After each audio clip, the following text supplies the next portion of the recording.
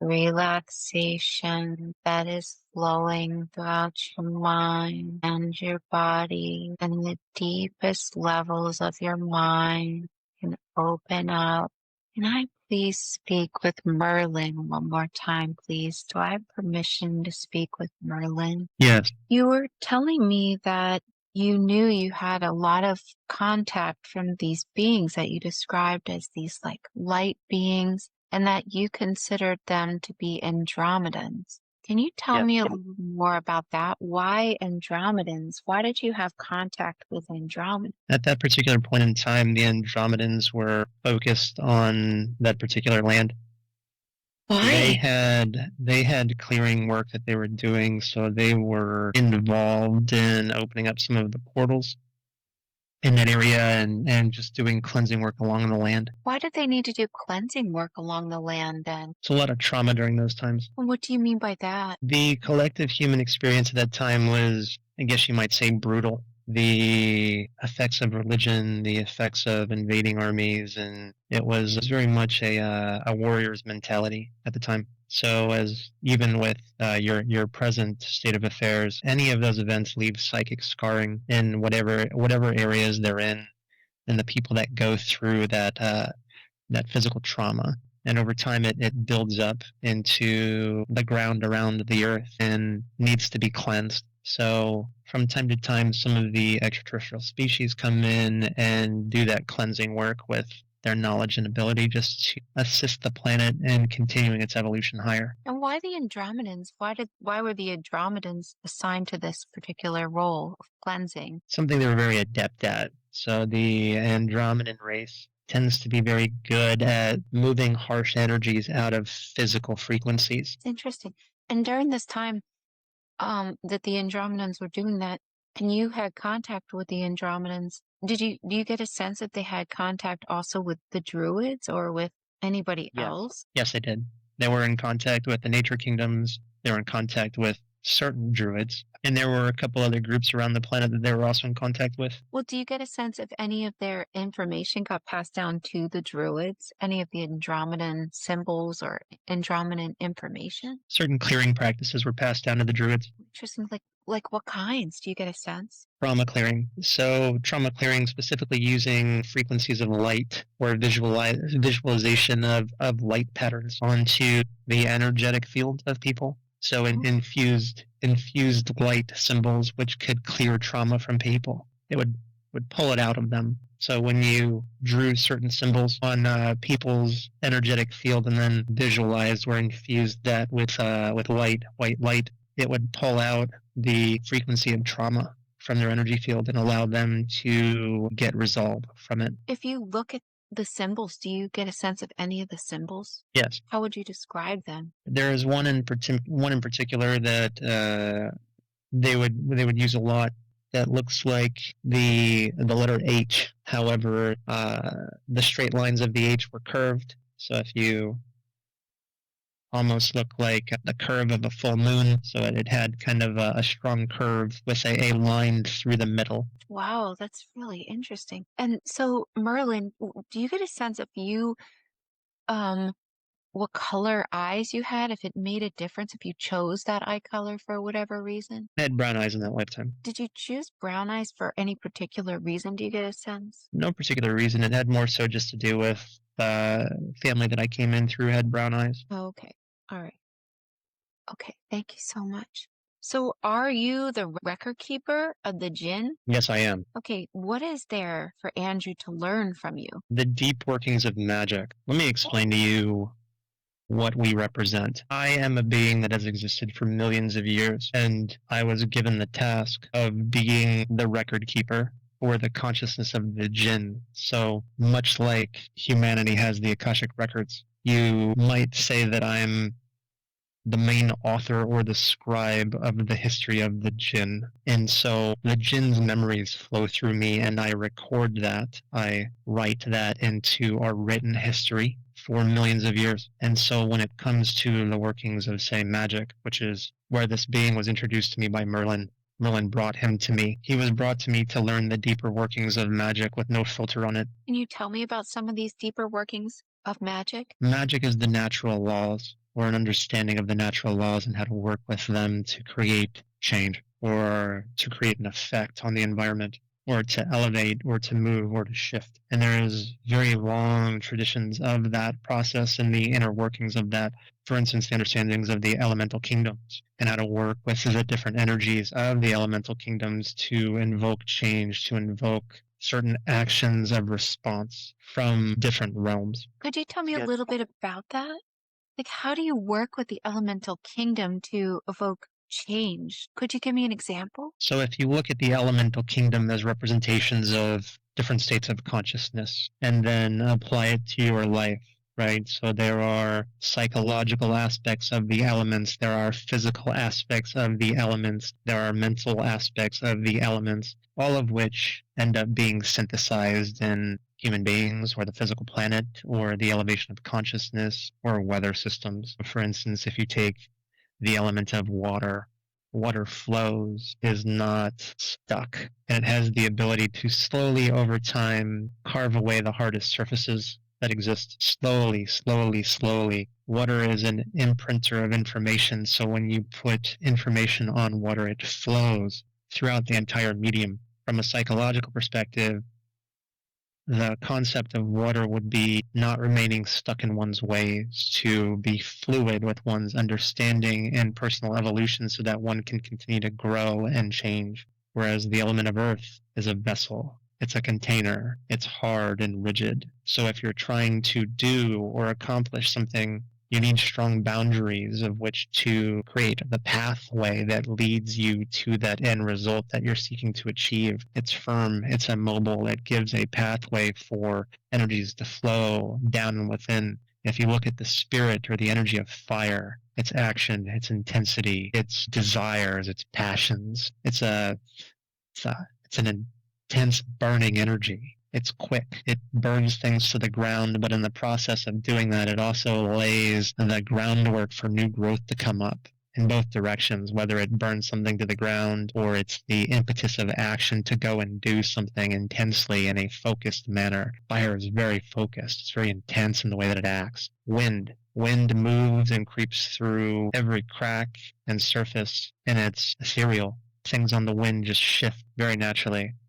It's very happenstance. Thoughts are wind. They just come and they go, and then you can take that thought and put it into action, which is a different elemental. So when you understand the different elemental nature of things and how to put it into physical application, your ability to manifest becomes much stronger because you understand the flow of the elemental process and manifestation and creation. If you understand the flow of that process and you apply it towards the field of magic, or the concept of magic, or mentalism applied towards an effect, then on the back end of reality, you can shift things using elemental energy, using elemental nature spirits to have a more profound effect or an easier effect on something to achieve that which you desire. Oh, thank you for that. And so, what do you want to teach Andrew exactly? What would you like him to understand? He's come to me seeking knowledge for the purpose of his own personal growth and evolution, and so what he asks, I willingly give him. Have you ever known Andrew's soul before in any capacity? Could you tell me about that? I knew him and his wife as Osiris and Isis. Amazing.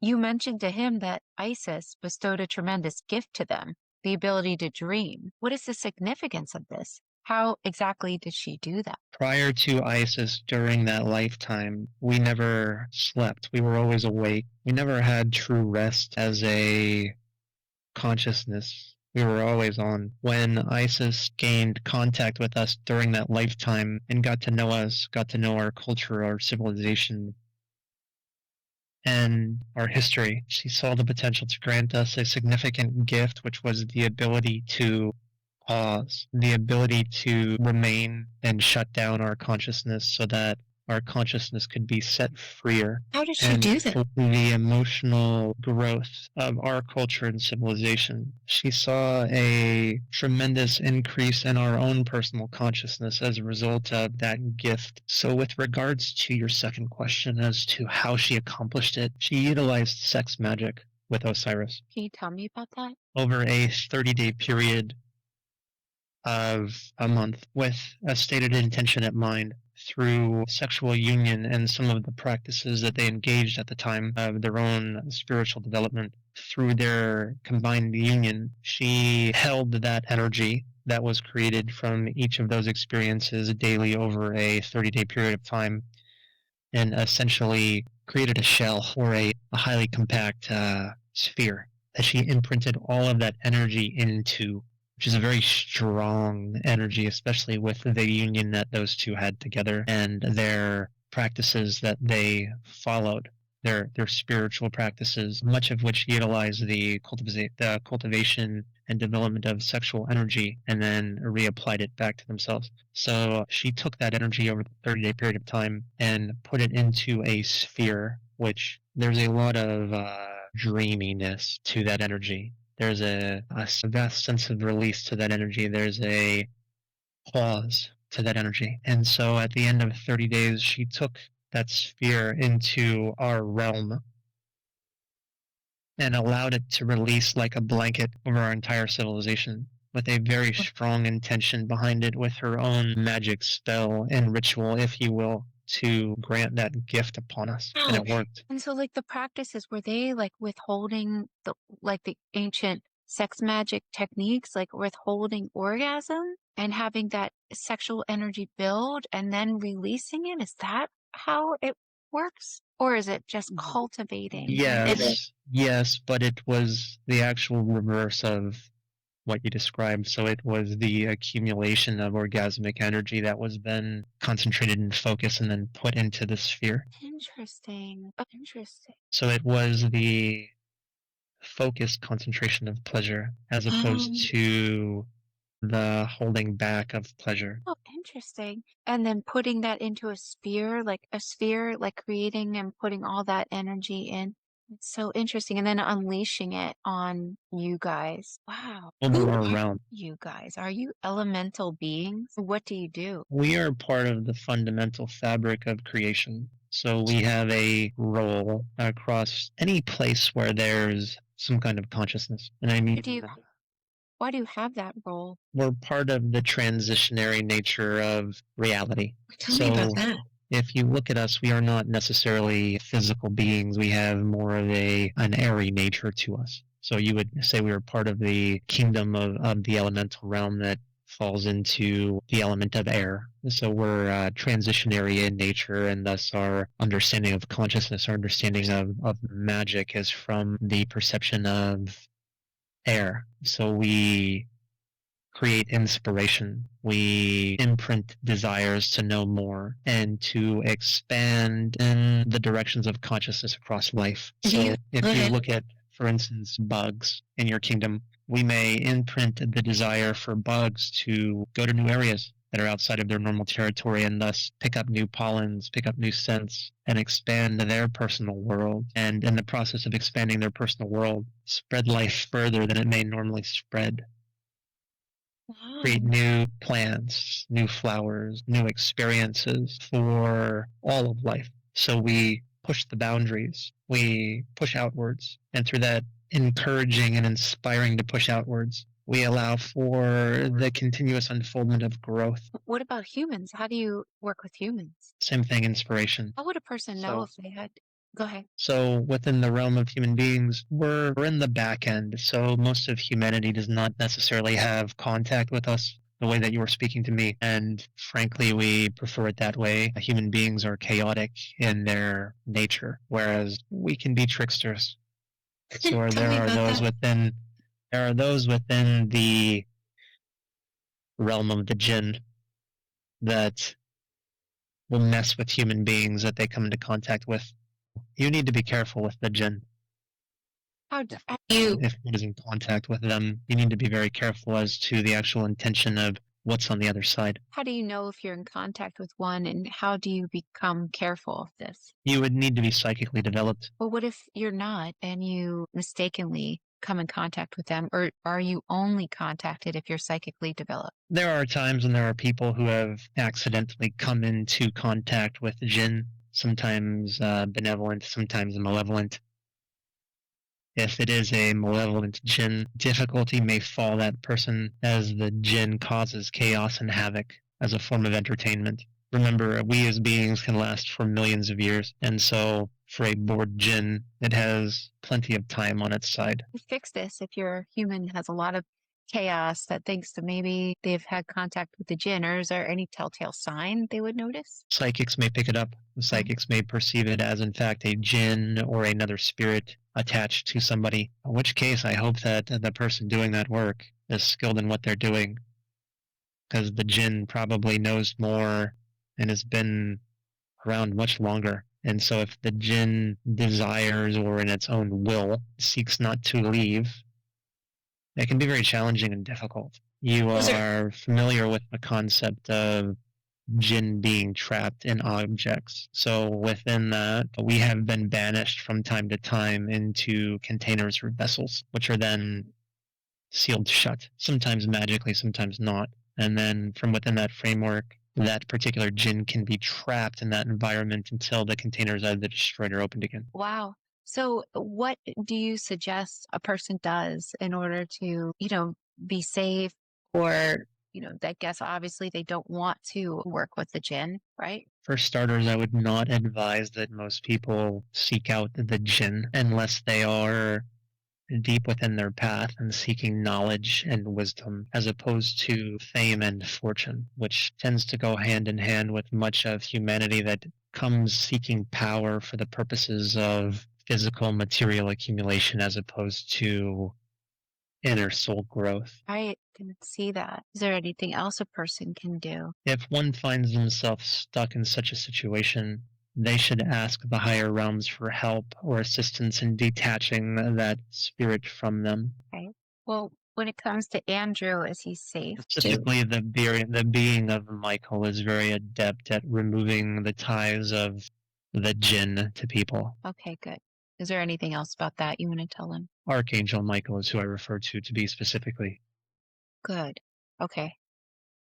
Do you guys have any other associations with other civilizations or planets? Yes, I would say that anywhere where the influence of the elemental kingdom exists, so do we. So Okay. we overlay, or we have or realm stacks on top of other realms and kingdoms. So for instance, with Earth, we come to Earth for, I guess you would say, rest and relaxation. We like dry areas. We like dark areas. So we may explore cave systems. We like deserts. We like areas that are more private and less prone to coming into contact with people. Do people become targets of the Djinn? They may find an object. You may call it a cursed object, or an object where a malevolent Djinn was encased in through an unfortunate series of acts. They may accidentally release that Djinn or open it. And if you've been a Djinn that's been trapped for sometimes thousands of years, that is suddenly free. You've got your legs underneath you, so to speak, and a lot of pent-up energy, a lot of pissed off, pent up energy. And so it's back into the game, so to speak. Well, you were saying that they can help people that are actually searching to help other people or searching for knowledge. So Yeah. if a person has really good intentions and is really trying to help people, would they not be targeted by the Djinn? It's unlikely. That's interesting. In fact, in situations like that, they may find tremendous help in learning and understanding with the Djinn, as our understanding of the natural world is significant. Merlin. It's a relationship, Sarah. So we are selective in who we choose to engage in relationships with. Mm-hmm. When Merlin approached me with this being that you speak to, he had approached Merlin for the understanding of magic during his sleep time. Merlin, given his familiarity and what he had learned from us, and his earning back our trust after some of the things that he did and stole from us, when he brought me back the spirit of Osiris. It had been a long time since we were in contact, and looking at where he is and what he desires to achieve in this lifetime is significant. So if we can gift him back with what was gifted upon us then what a true honor on our part, on my part, specifically as the one who has recorded history of my kingdom and the knowledge that that entails, especially within the field of nature and magic. Then that is my desire to give back to that partnership of him and his wife. Thank you. Can you do that right now? That is an ongoing process of dialogue and conversation with him. So was Osiris and Isis, did they know they had communicate with the Djinn? They were very advanced meditators, so they were very familiar with altered states of consciousness.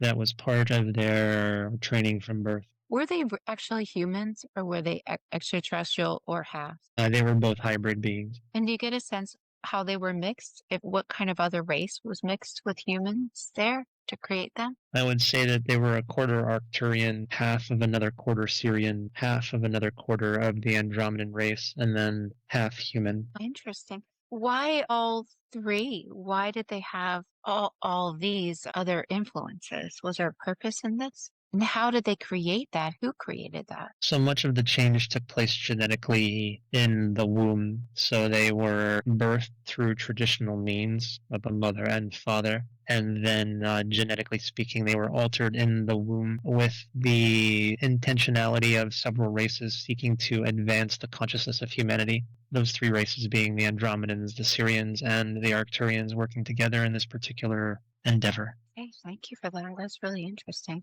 Do you get a sense how they created these hybrids? Changes at the genetic level. In the womb? So they use light encoding technology in the genetic sequencing of both of them to enhance some of their inherent gifts. Did they do this? Specifically in the realms of clairvoyance and the ability to see other realms and kingdoms. Then as they went through their training process, the energy accumulation was then applied to those areas, which enhanced their abilities further. Are fetuses sometimes taken and contacted, like take their light body taken out of the body? I mean, you said they did this in the womb.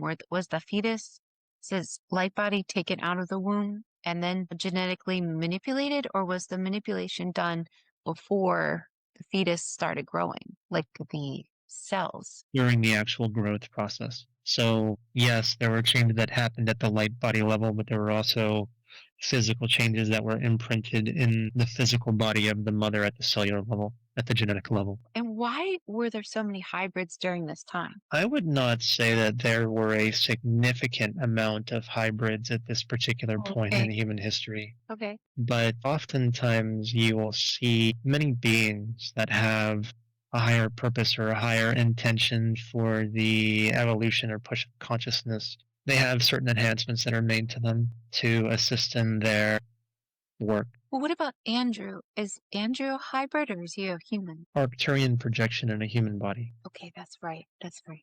What is his purpose on this planet again? Andrew seeks the incarnation of himself into the flesh, so he seeks something very unique. He seeks to merge the higher energetic aspects of consciousness into the physical form, which is a long-term imprinting because the energetics of the higher realm are not necessarily designed for the human form. When they come in, they usually come in a temporary fashion. And so the physical vessel needs preparation over time to be able to embody and hold higher and higher and higher and more refined energetic frequencies to then be able to maintain that overlay. Wow. Or that emergence of consciousness into the physical vessel. Does he have any genetic markers that would be telltale signs for him to know that he was an Arcturian projected from a ship? I mean, I've been hearing that sometimes, this is just sometimes, people leave little, like they have little lights in their eyes, like little like sparks of light that show up in their iris. Is this true or is this not true? Yes, there's truth to that. Okay. And also, does he have any other genetic markers that would be signs for him? As far as genetic markers, not so much. So he came in through a human body to have a human experience. He is not what you would say a genetic hybrid in this lifetime, even though he is a projection from Arcturian consciousness. So part of the uniqueness of this particular life was in a human body to maximize the evolution through working with the higher realms of consciousness, through processes of activation, through processes of entanglement. And let me define what I mean by entanglement. Entanglement is entangling his consciousness with higher dimensional consciousness to create a new form or vessel, a imprinting, if you will. Where And is so this? it's throughout his whole being now. Okay, interesting. Okay. Human beings on spiritual paths go through various imprinting as part of their spiritual unfolding. So, for instance, there is an energy system called Reiki, hands-on energy healing. When people go through that process, they are attuned to the vibrational frequency of what that is. Within certain spiritual and religious cultures, such as the Sufi tradition, there are certain entanglings of the consciousness of the Sufi as part of their initiation process. So they are essentially processes of initiation which entangle the consciousness with new spheres of information, which then begin to imprint or unfold upon the consciousness, and then depending on how much someone works with it or utilizes it or goes deeper into the understanding of what that is, the information can unfold in deeper manners across the consciousness and one's ability to work with consciousness. When people are on the spiritual path and this imprinting starts, how do they know what kind of imprinting is happening? How do they know whether or not they are like it being contacted by an Arcturian or Andromedan or a different higher level consciousness? Are there signs? Their life gets weird. Generally speaking, weird things start happening in their life. Like what? They may start having prophetic dreams. They may start seeing synchronicities. The number patterns start making themselves known. They start being guided in expansive manners, whether that's creativity or in desires to read certain books or go down certain spiritual paths of engagement, certain areas of self-development that they suddenly find themselves interested in. Are they being tested too? I mean, are there things that they like initiation? Is there an initiation process that happens to them? I would say that all of life is testing and initiation for human beings. Why do certain groups contact certain people? Like, why did the Arcturian, why is he a projection of an Arcturian ship? Like, what I guess I'm curious about is why are certain people projections of different races or imprinted by different races or initiated by different races? It depends on the history of the being and their own personal development. So some people come in just to have a human experience, just to have the experience of being a human being in physical form. Then there are others that come in to help, to elevate consciousness, to shake things up when they're stagnant or stuck. The being that you speak through has always been one of those beings that shakes things up when they're stuck.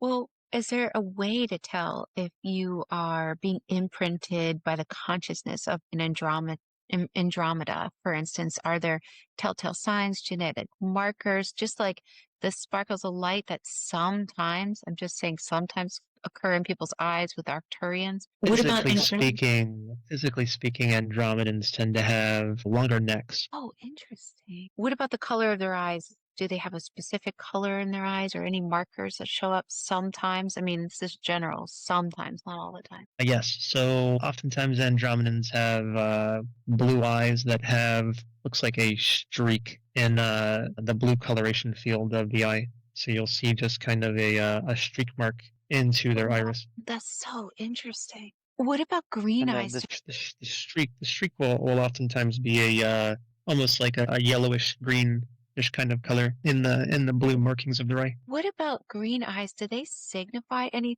kind of imprinting or anything like that? Or sometimes, I mean, just sometimes, obviously. They can, yes. What? I would say that green eyes signify an outlier. If you look at the rarity of green eyes, they tend to have more of an ethereal nature to them. So green-eyed people tend to be, what's the word, wind tunnels for energy. So they tend to act as inbound poles from higher dimensional energy into the physical Earth frequency. So they wind energy down. Are they ever connected with any sort of extraterrestrial race more often than not? green-eyed people? Yes. So I would say that green-eyed people oftentimes have a connection to the Lyran civilization. Interesting. That's so interesting. What about blood types? Are they ever markers for anything? Because is it true that certain blood types help you read megalithic structures because of your blood type? You carry genetic codes. Is that at all true? Yes, there's truth to that. What? But I would say that more specifically than the blood types, there is the energetic imprint that shows up on the energetic field of the being, which is encoded. So the blood is there sometimes as a hint, but and thus you have bloodlines, right, with certain skills and abilities that pass down through the iron in their blood. Actually, the magnetism of the iron in their blood specifically vibrates at a certain frequency, which is then passed from mother and father to child in the manufacturing of the actual blood. And then within the imprint of the energetic field or the aura, you have sometimes certain symbols that are actually drawn into the energetic imprint of the being. And so when the energetic imprint comes into contact with certain megalithic structures, it activates and unlocks a certain dormant energies, certain consciousness, or can connect and create portals of information or of light from one area to another area that is activated through those symbols that exist on their energetic imprint or their aura. How do you know which energetic imprint or symbols you have? Like, say, for instance, this is just extremely general. If you have the O blood type, is that a clue? Or how do you know if you have this energetic imprint or this bloodline or these symbols in your auric field? You probably wouldn't. Just one of those things that kind of unfolds, or if you were in contact with a psychic or psychically in tune yourself, or if one had, say, access to their records or was able to communicate with their own higher self. Those are questions that they would be able to ask and get some guidance on. They tend to be very individually oriented. So while I say, for instance, that oftentimes you'll find the green eyes associated with the Lyran civilization, that's not always the case. Sometimes it's just a case of the genetics of the mother and father. So it's not something that's necessarily always the case, but there are indicators within that. What are the indicators? So, for instance, some of the other signs, right? Some of the things that they're drawn to, some of the core concepts that they embrace or understand. So, as this being that you speak through, as mentioned previously, and some of his other readings, things that you do with him. As mentioned, of course, the Arcturian civilization is one that is very scientifically minded, but they've merged spirituality with science. And so they are technically oriented beings, generally speaking. They go very, very, very deep into the depths of everything and they explore all angles of something from every different direction so that they can see the complete picture, right? Mm-hmm. So that's an Arcturian trait, is to not be okay with just the surface level understanding of something, but they want to understand all aspects of something, the good, the bad, the indifferent, and then take that information into their judgment and decision-making process so that when they move forward, they have information from the past, the present, and the future surrounding anything that they do. Thus, their decision making is both driven from the past, the current, and what is to come.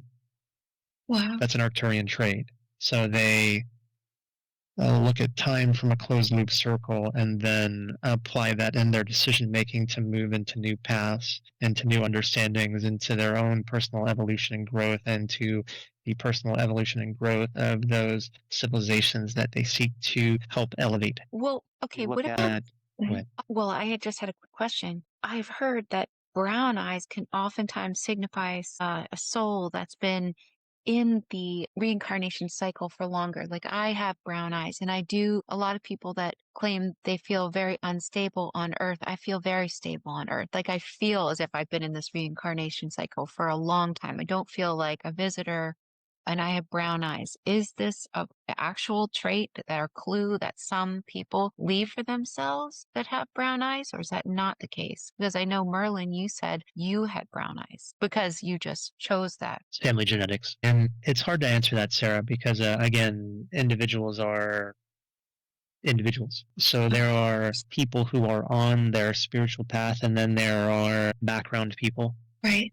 with no offense to the background people, but those who fill in the playing field for consciousness to grow and to develop and to experience itself. So you have both. You have those beings that are on the spiritual path, in which case you may find eye color to be a hint at some of those things, whereas I know it's so general. It's so general, but what would brown eyes give people a clue as to sometimes? I mean, this is, of course, just sometimes. What would the clue be if you have brown eyes sometimes? I'd say more the markers in the eyes than the color of the eyes themselves. And also sometimes the shade of the brown in the eyes. So you have different shades, which may be more to the shade of bark of a tree, or the color of dirt, or just different, almost like an amber color, more yellow or greenish in the brown, right? So some of those can be indications of genetic influences of other civilizations. Well, okay, take me for example. My eyes are very brown.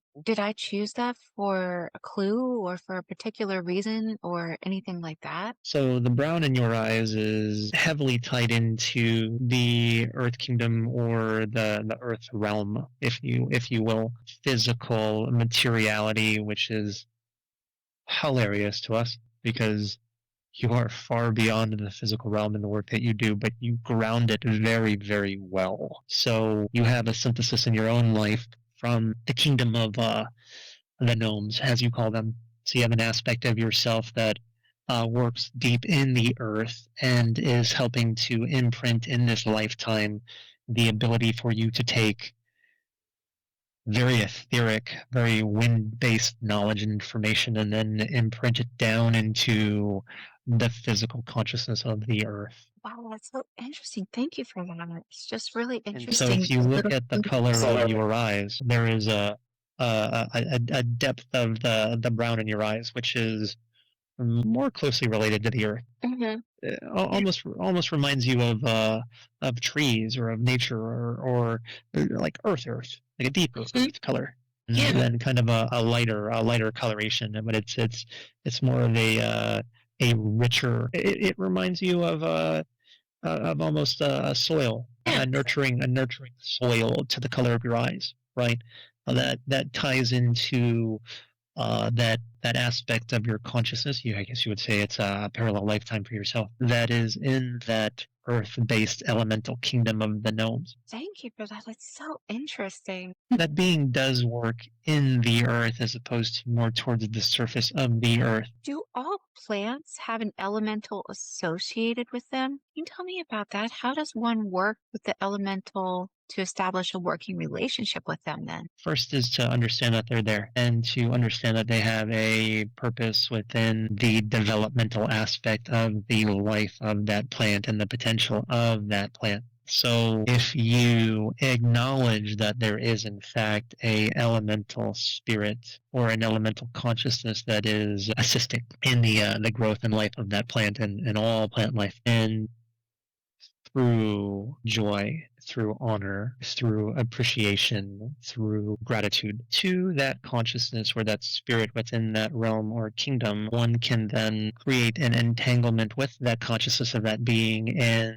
work with it to enhance certain aspects of growth, of plant life, of oxygen production, of food production, of nutrient production, to bring that more in alignment with the being that will be consuming, say, the fruit or the matter, or appreciating the beauty of what's growing behind it. If you're talking about things such as flowers or just very beautiful plants, you can enhance certain aspects of the scent, of the appearance, of the levels of production, of the nutrient uptake for the individual by working with the elemental kingdom in contact and appreciation and gratitude and honoring them and their job of what they're doing in relationship to what it is that you're giving your attention and awareness to. So how do you, like, is there any other thing you want to suggest? How do you work with them? Like, so, well, what is the benefit of this relationship to like growing food and plants or to helping the earth heal? So they don't necessarily think the same way that a human being thinks about things, because they have a specific purpose with what they're doing, and they have more of a single-mindedness in what it is that they're trying to do or achieve, or the balance that they're trying to create. However, through first acknowledging that they're there, and then a desire combined with gratitude and appreciation for their purpose allows one to become entangled with their consciousness. And if one is so intuitively inclined or clairvoyantly inclined, they may be able to actually perceive that being if it so wishes to be seen, to engage with a human being and thus establish a relationship. And it's a mutually beneficial relationship because the higher harmonics of human emotionality will imprint upon the consciousness of that elemental and expand its own personal development and ability to work in more richer ways with the earth or with physical reality or with whatever realm and kingdom that they're working within. Thank you for that. That's amazing. Do you have anything else about that you want to say? It goes back to the relationships. Tell me more about that. The desire to establish a relationship is critical. How do you establish that relationship? Is there any like key thing you could do? First, by acknowledging that they're there, right? So the first step is acknowledgement that something exists in the first place, because if you don't acknowledge that it exists, then you don't see it, you can't perceive it, you can't necessarily engage in a relationship with it. It may have a relationship with you, although you may not be cognizant or conscious of that relationship. It's just there in the background. So the first step is to desire to have a relationship, and then you acknowledge that they're there, you desire to have a relationship, and then you work with those higher emotional states, the gratitude, the appreciation, and your own personal intention for that relationship to cultivate both yourself and the energy of what you're working with to a higher level. So it's a mutual desire for growth, which then if you look at the mutual desire for growth and say the plant kingdom, that mutual desire for growth translates into greater growth in the underlying plants that you may be working with.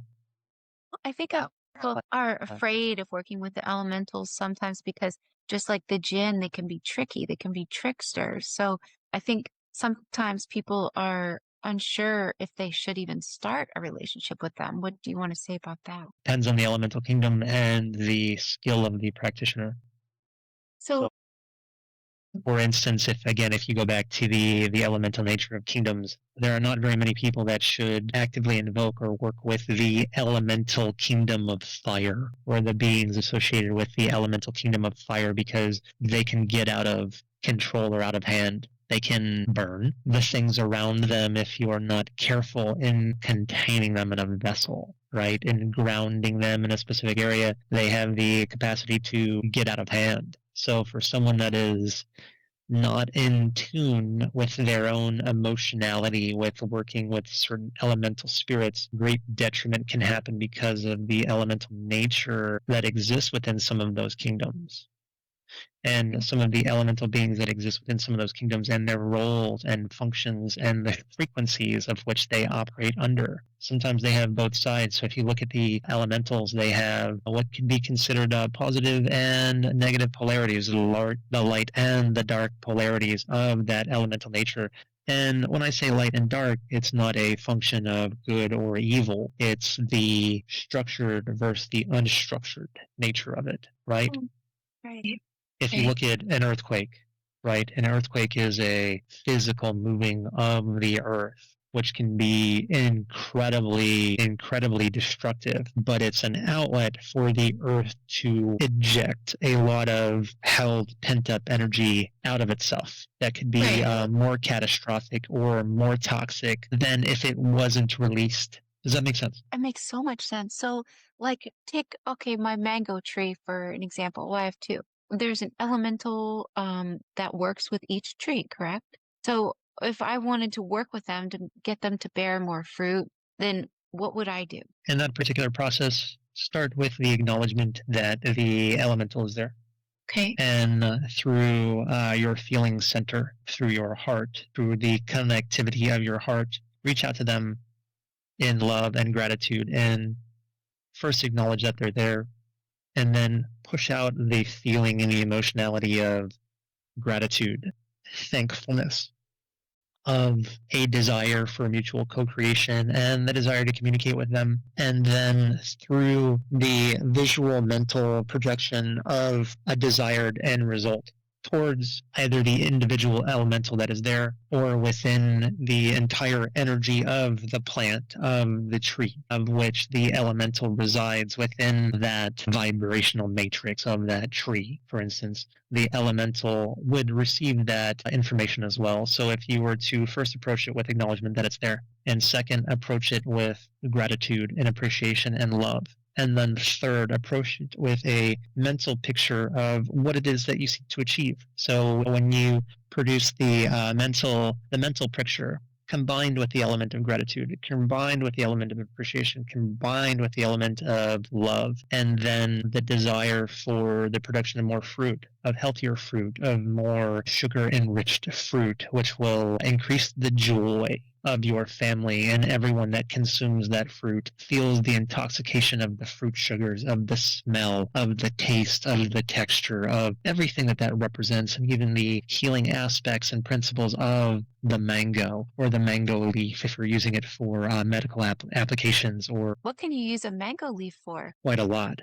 Like what? So there's a lot of antiviral applications to the mango leaf, so you can make mango leaf tea, which will knock down viral loads in the body. There are certain bacterias. So, for instance, there's a bacteria called C. diff, and I'm not sure what exactly that is, but it's a certain bacteria that can make people sick. So, mango tea would basically neutralize the bacteria of C. diff in the body. And there's other bacterias as well. If you would make a mango leaf poultice, for instance, so if you were to take the leaves of mangoes and kind of grind them up into a paste with a little bit of water, you could apply them to certain flesh-eating bacteria, and it would stop the replication of the flesh-eating bacteria. Wow, that is amazing. Begin to kill it, and then begin to nourish and heal the skin underneath it, so it would lift the bacteria from the base of the skin, from the deeper cellular structure of the skin, and then lift it up and out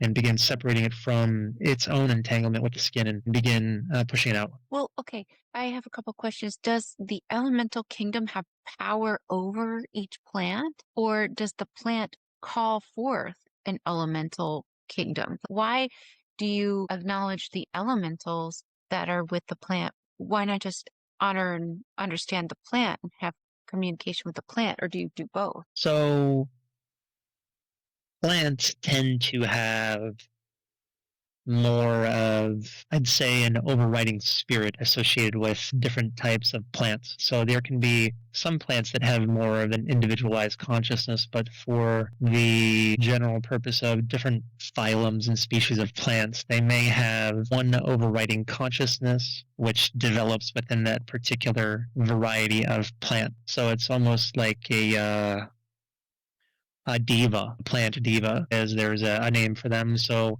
that would represent the specific consciousness of that plant as an entirety of its kingdom that has developed over time. And then that diva covers the entirety of that particular plant kingdom, and sub-variations of that kingdom may then splice off or create new forms or new aspects of that diva, or call them personality traits of that diva, if you will. And then the diva works with individual elemental spirits to help in the synthesis, for instance, of the nutrients in the dirt into the plant uptake, to then help in the genetic unfolding of that plant in various aspects, and the production of fruit and the production of budding and various aspects of that plant's growth and nutrient uptake.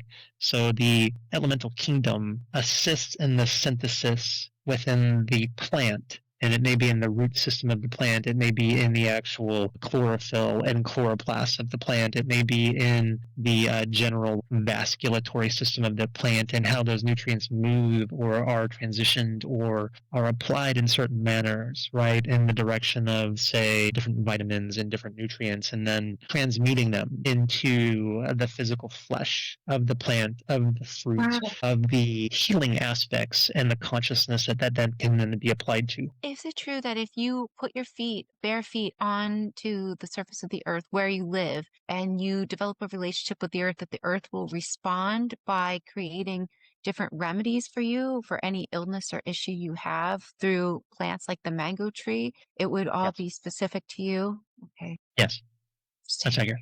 And the same can then be applied towards working with the elemental kingdom and the elemental beings that are associated with those particular plants to work with you specifically for you and understanding what is going on with you in that moment to help you heal. That's amazing. Is it true that the elementals put almost like a veil down so that humans can't see them? I mean, the little people, did they really put a spell that they cast so that human beings can't see them and their realm? Yes, 100% yes.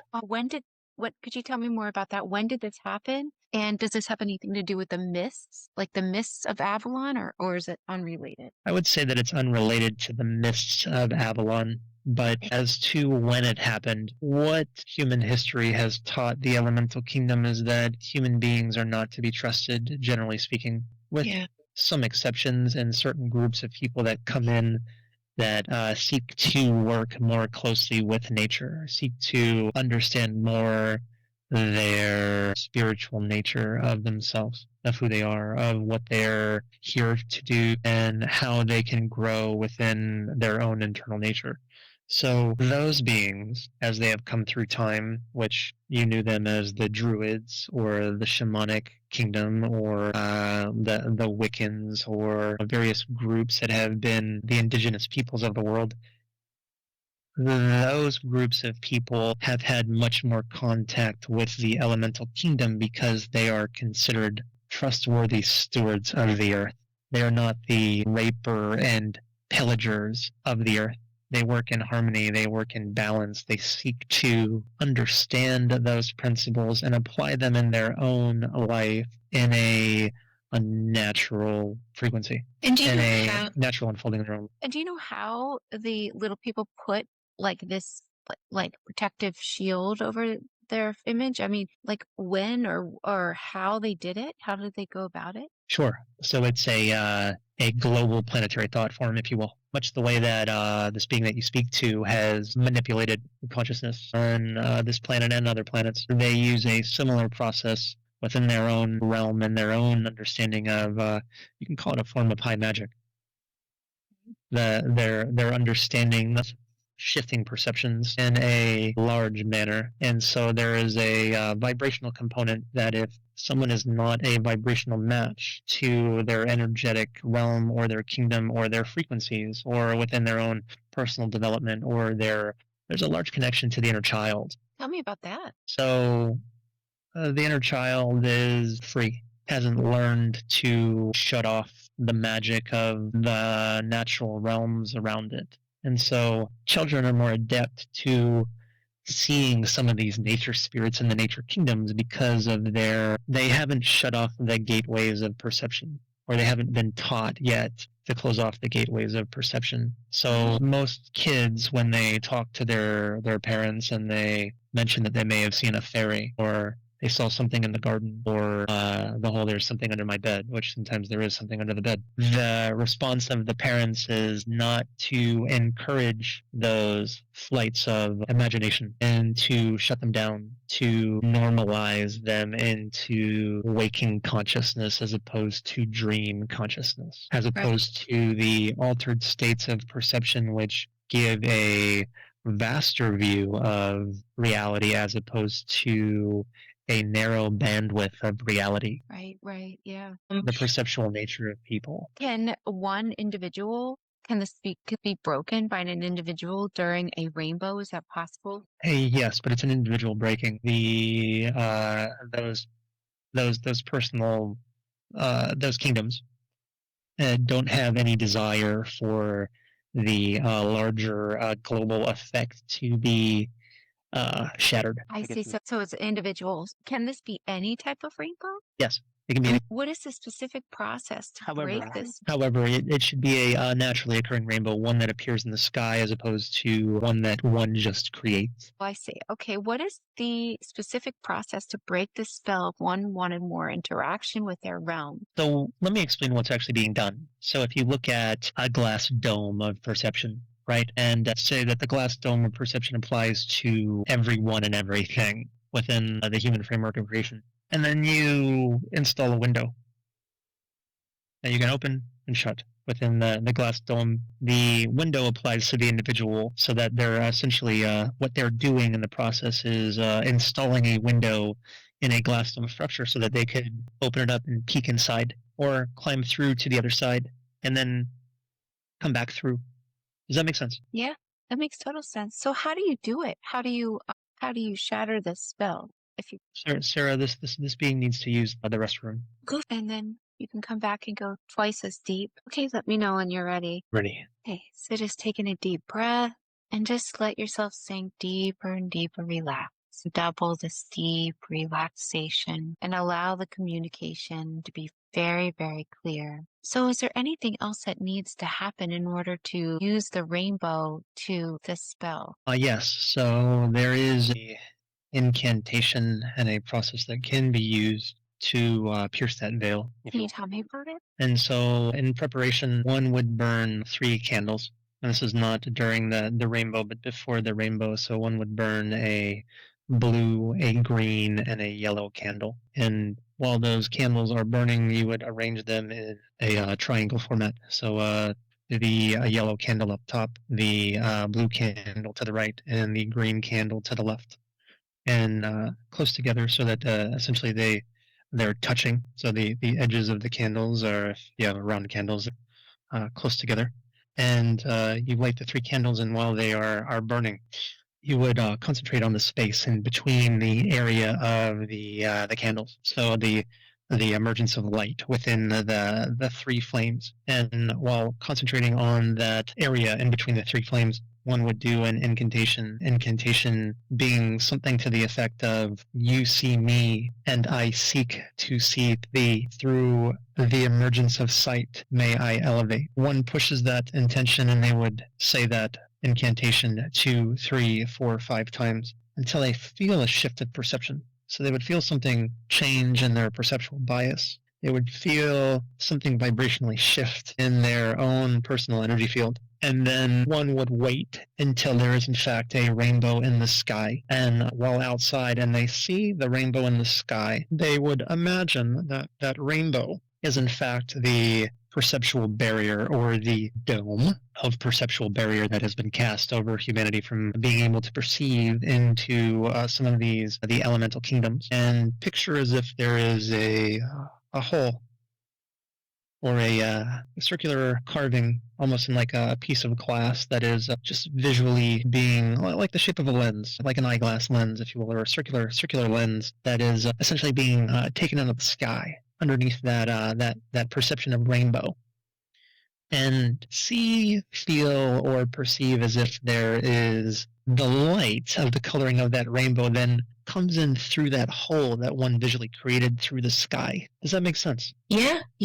And so it's as if you were pulling in the energy of the rainbow now through the back end of that lens, or that circle that you created in the sky. And that would then break the spell and the perceptual barrier between those kingdoms and that human being. Thank you for that. That's so fascinating. All right.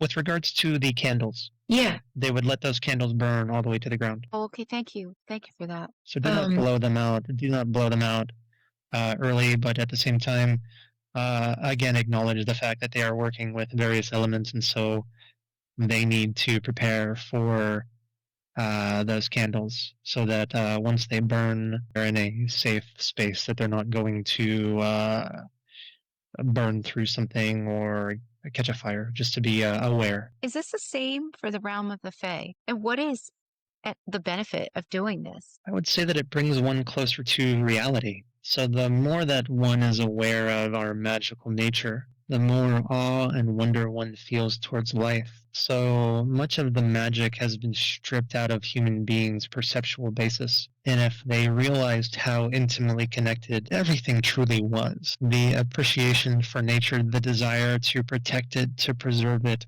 to live life in a harmonious way, would be much more deeply enriched into the entirety of their being, in their personal relationships, in their relationship with the earth, in what they do to relieve stress. And their whole approach to life would become softer, less rigid. It would create a sense of magic, would imbue them in what they do and how they operate, and even in their perceptual biases wouldn't be so rigid, because they would realize that nothing is actually rigid. Everything is soft and fluid and flowing and merges into each other. Even within the elemental kingdoms, they all merge into each other. They transition from one to the other, and they all work as a cohesive unit. So one would enter into a more magical flow of life, and with that more magical flow of life, one would have greater ability to dictate the flow and the direction of their life and what they're able to do and achieve. Wow. So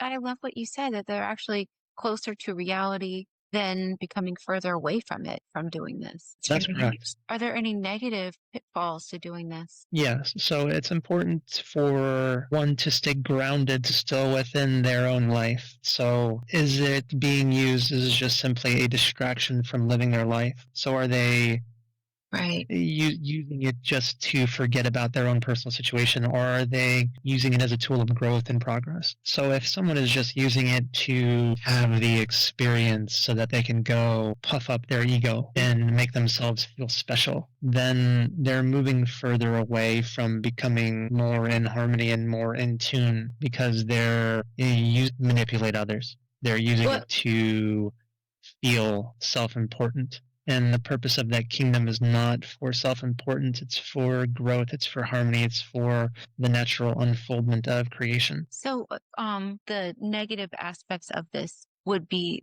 what exactly? There are also some beings within that kingdom that would mean ill will towards human beings, and knowing that human beings have had a tremendously negative effect in many aspects of physical reality, abusive practices towards humans, and especially those human beings which are coming from a egoic perspective. Well, why does Andrew feel called to do this? And is this something he should do? Andrew is being drawn closely to this because he seeks to understand the true nature of things. He is interested in actual reality as opposed to the confines of the perceptions that are painted as your reality, which are very different. And so within him, within his soul and within his own purpose here and what he desires, there is no way for him to achieve the full reemergence of spirit with flesh while still being in illusion to the lies of your reality that have been painted upon you. And so the closer he comes into contact with that, the more intimate his understanding of what that is and how to work with it, the more in alignment he moves into the emergence of the higher aspects of spirit becoming incarnate into the physical flesh and merging with one another, because those higher realms don't see the separation. They see it all as one. And so to become completely in alignment with that, he would see the nature kingdom and the beings of the nature kingdom as one and work with them as one, just as he currently works with some of the beings of the higher realms or the angelic kingdoms to affect change in manners that he does and knows how to and implements. The same would apply towards the nature kingdom. The same would apply towards some of the things that he potentially could do and achieve in his lifetime on this earth to help feed massive amounts of people, to help bring about changes in processes, in to elevate consciousness in ways that shift the old broken paradigm of destruction. Wow, that's so interesting. What about the dragon realm? What are dragons' relationship to humans? Long ago, there were magicians that came into contact with the dragon realm for seeking their wisdom. Oh, the dragons have wisdom? So the dragon realm is, I would say, an extremity within everything about them. So their wisdom is extreme wisdom. Their understanding of magic is an extreme understanding of magic. Their presence is an extreme presence. It's very majestic. Some of them are massive beings. Some of them have tremendous power to them, yes. Well, I have a question, because some people from the Middle Ages claim that before their time, there used to be dragons and they were like the same size as a horse, basically. And that's one of the reasons why they're on some of their coat of arms. Is this correct? So there are some dragons, as you say, that are smaller in nature. Okay, are they different? I would not acknowledge them per se as physical beings. They were perceived. So there were legends and stories that were told about them, which ended up transversing history, especially with some of the wisdom that was bestowed upon them. Why were there so many pictures of dragons back in that time, like of King Arthur and before, of dragons everywhere? And then, pictures of dragons, people claiming to have contact with dragons, dragons being such an important part of their. Oh, they had contact with them, but again, much like you were in the way that you were communicating with me, they had contact Okay. with them. And in dream states or in meditative states or while under the influence of certain plants, they would gain access to their kingdoms or go into exploratory rituals, or because people were closer to nature in those times. They have a strong connection to the nature realm. Certain aspects of their kingdom, again, I would say, are stacked on top of the physical frequency of Earth. Where is Avalon? Where is this mystical place, Avalon, where the druids, or this place where many of the druids lived, or what, if you get a sense, if you know anything about it? As a part of England, it was a part of England. Okay. Where is it now? Is it still there? Do the mists really protect it? Or is it gone? At the time, mists protected it, so there were some bogs in the area that did in fact become very misty, and within those bogs there were gatherings that took place, and even the kingdom of Arthur was on the edge of those bogs, and they were much because of the work of Merlin. A lot of that thinning took place where they were closer to all of that and had bleed over from those realms of magic. So I would say that Avalon still exists in a point in time and is still there, but is outside of your perception of time, or your perception of a chronological time. As you've become aware, time is not, in fact, a linear process, but is a circle that flows.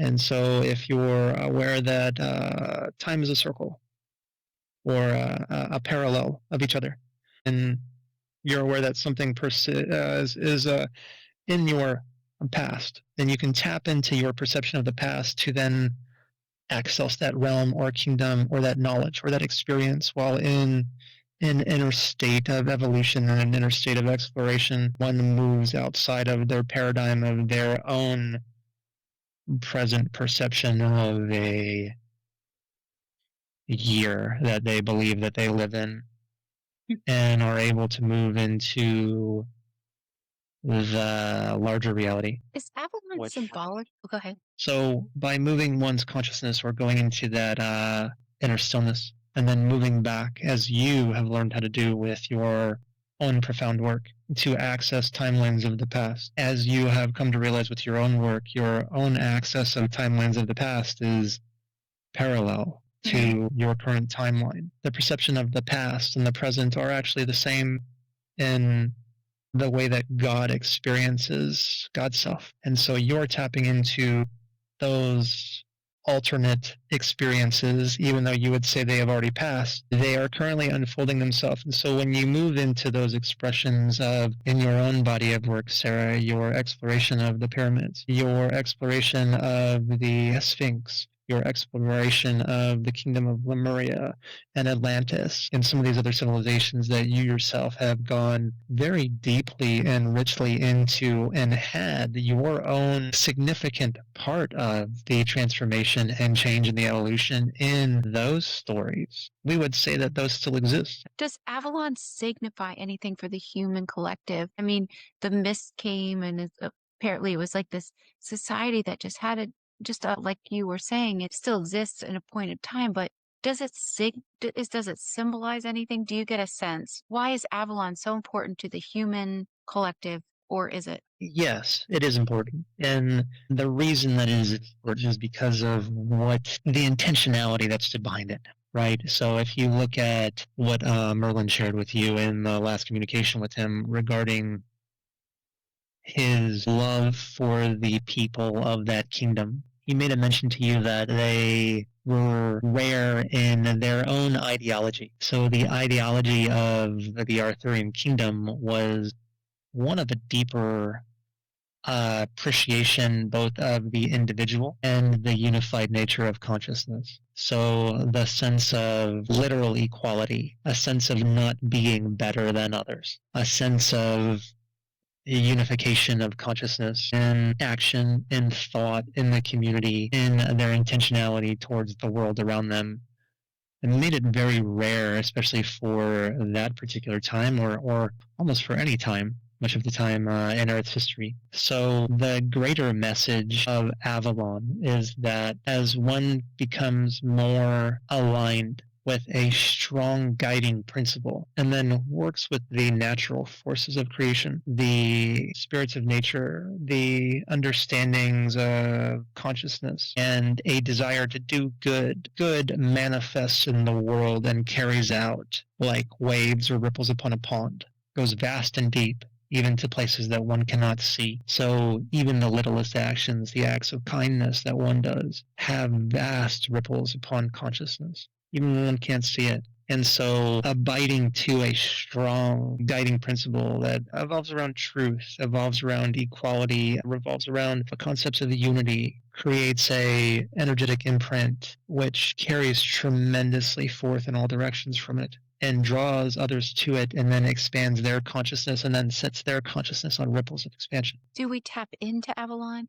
Is this coming back? Are the ancient ways of Avalon unfolding? Is Avalon becoming almost like a physical place again?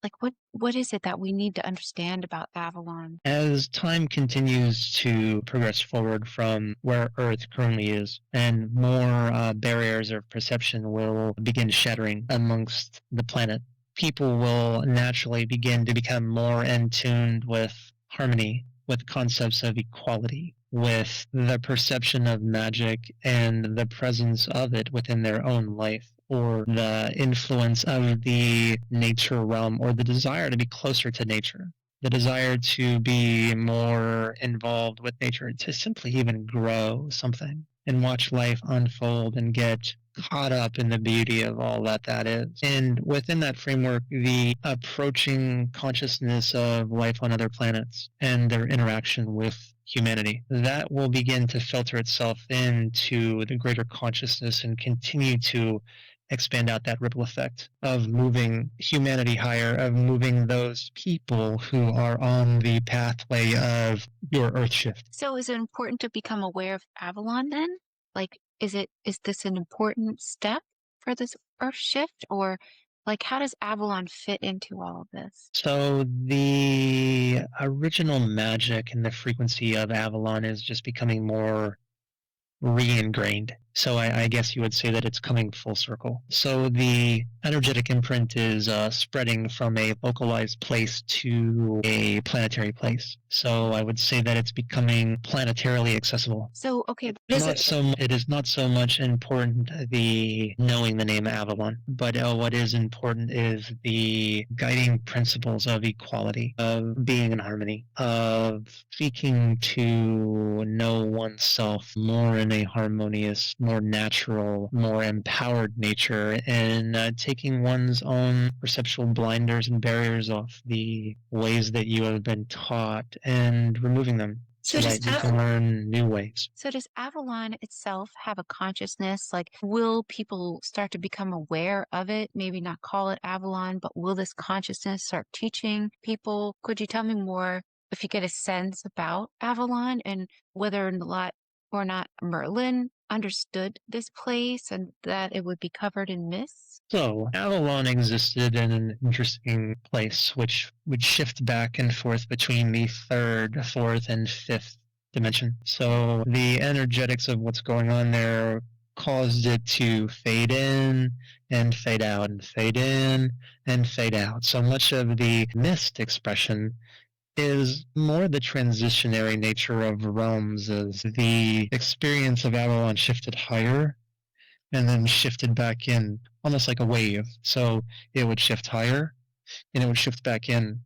And the shifting out is more so the mist And there was an effective mist that would come in through the bogs, but the expression of shifting into that higher dimensional consciousness and that higher dimensional experience and that higher dimensional frequency would shift them out of physical perception at times. And so they would lose visibility until they shifted back down. And it was a very natural ebb and flow that took place. What is it doing now? What is Avalon like now? Or is it abandoned? Or is it there just where? Is it in a different dimension? I would say it's in a different dimension. You And could just Merlin still oversees that that area. Oh, I guess I would say that's he's a gatekeeper, if you will. okay. Well, thank you for letting me ask all those questions.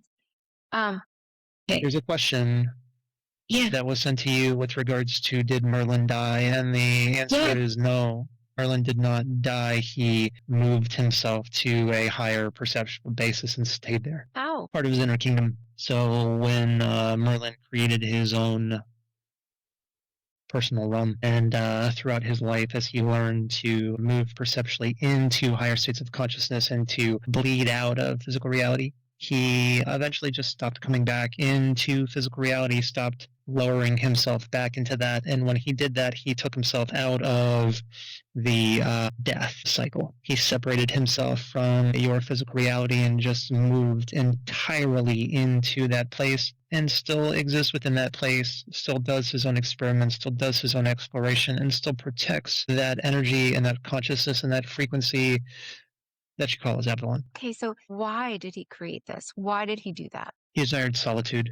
So within his own personal explorations and the times that he was in and the harshness of those times that he was in, he sought places of inner solitude while still having access to physical reality, to other human beings, such as the kingdom of Arthur, and being able to influence them and help guide them in some of their guiding principles. Is this something you would like Andrew to do, or what are the steps that he did, that he took to create this? I myself have no personal desire for Andrew to do anything other than to continue down the path of knowing himself as he has always done. What kind of advice do you what kind of advice do you want to give Andrew for this? Understanding the purpose of structure. So there is a time for rigidity and for creating the framework that allows for greater freedom within one's own personal development, within one's own understanding. And up front, it takes a sacrifice. It takes removing oneself away from the distractions of where they are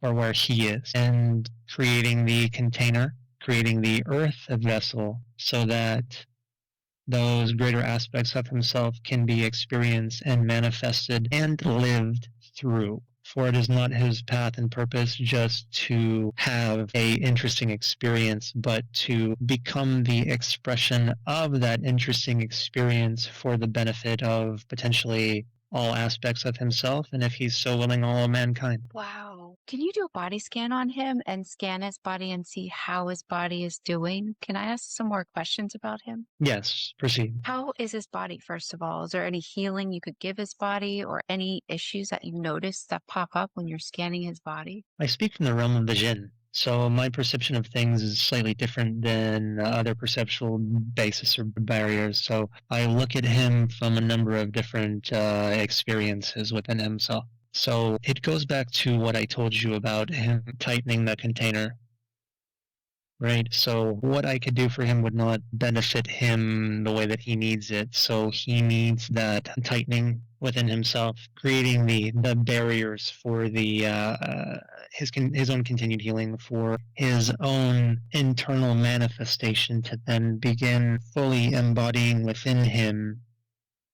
And thus, from that standpoint, the rest of his own healing would manifest. So for me to do something for him would circumvent that process, which his higher self is not desiring of, because his higher self desires for him to create the channel. Okay, well, thank you so very, very much. Could I speak with his higher self now, please? Could I speak with Andrew's higher self? Thank you. Could you do this for Andrew? Could you secure his boundaries and start this process on him right now? So, Sarah, that is, again, work for him to do. Okay. So I have given the information, but he needs to put it into effect. He needs to do the work as he has done lifetime after lifetime after lifetime after lifetime to continue developing himself so that he may, in fact, achieve the ultimate evolution that he came here to experience in this lifetime. Do you have any advice for him as to how he can go about doing this? Anything he's not aware of? He just needs to stop making excuses and do it. What would he notice if he did this? The level of synchronicities that would transpire in his life would become uncanny and profound. Also, the manifestation inflection point from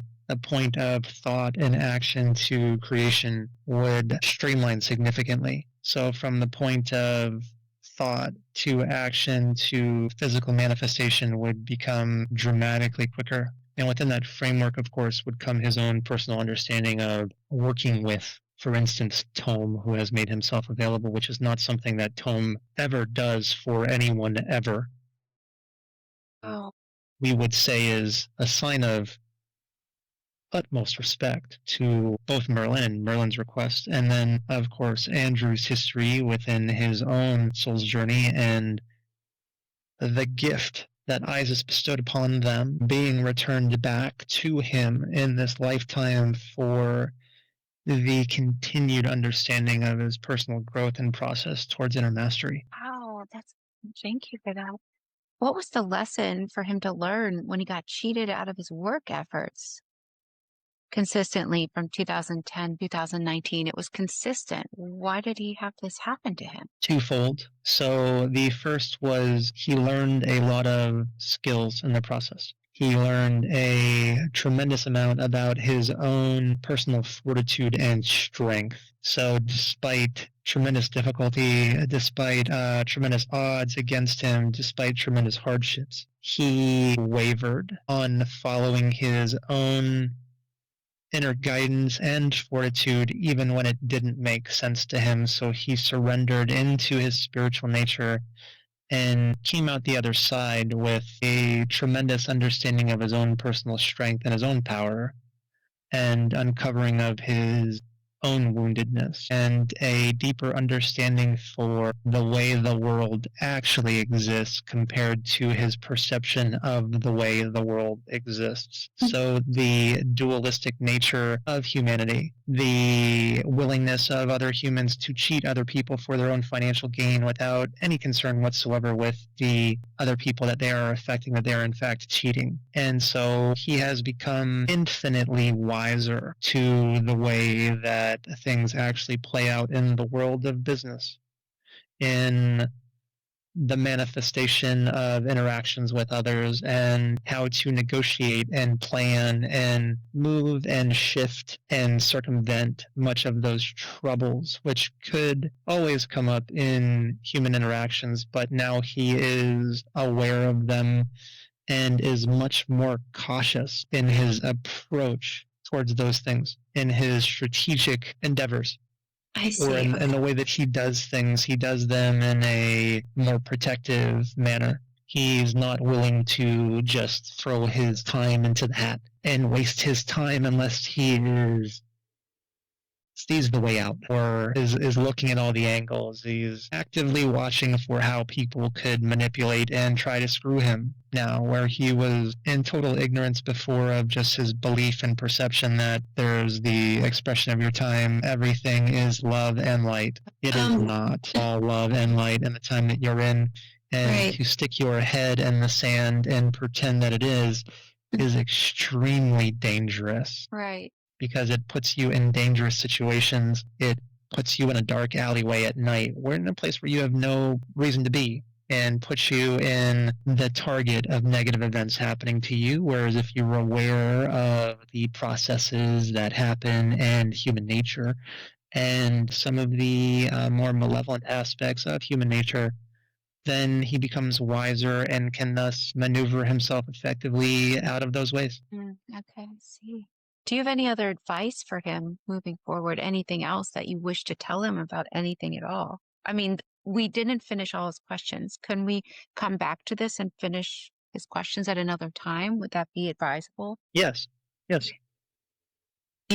So what I would say, Sarah, is one of the reasons why much of this is coming up for him now is He's being encouraged to understand the more magical nature of reality, to understand the elemental kingdoms and how to work with them to affect change in his physical life, allow them to elevate himself, and to not feel that the programming against such skills and abilities is negative in any way, shape, or form. So what you would consider negative is the application of them. So if you look at Andrew's affecting of the solar plexus chakra of the power structure of your planet. Mm-hmm. What was the effect of that? The effect of that was one of massive overall positive gain. Mm-hmm. It was not an act of power over others, but more so an act of compassion over others. Mm-hmm.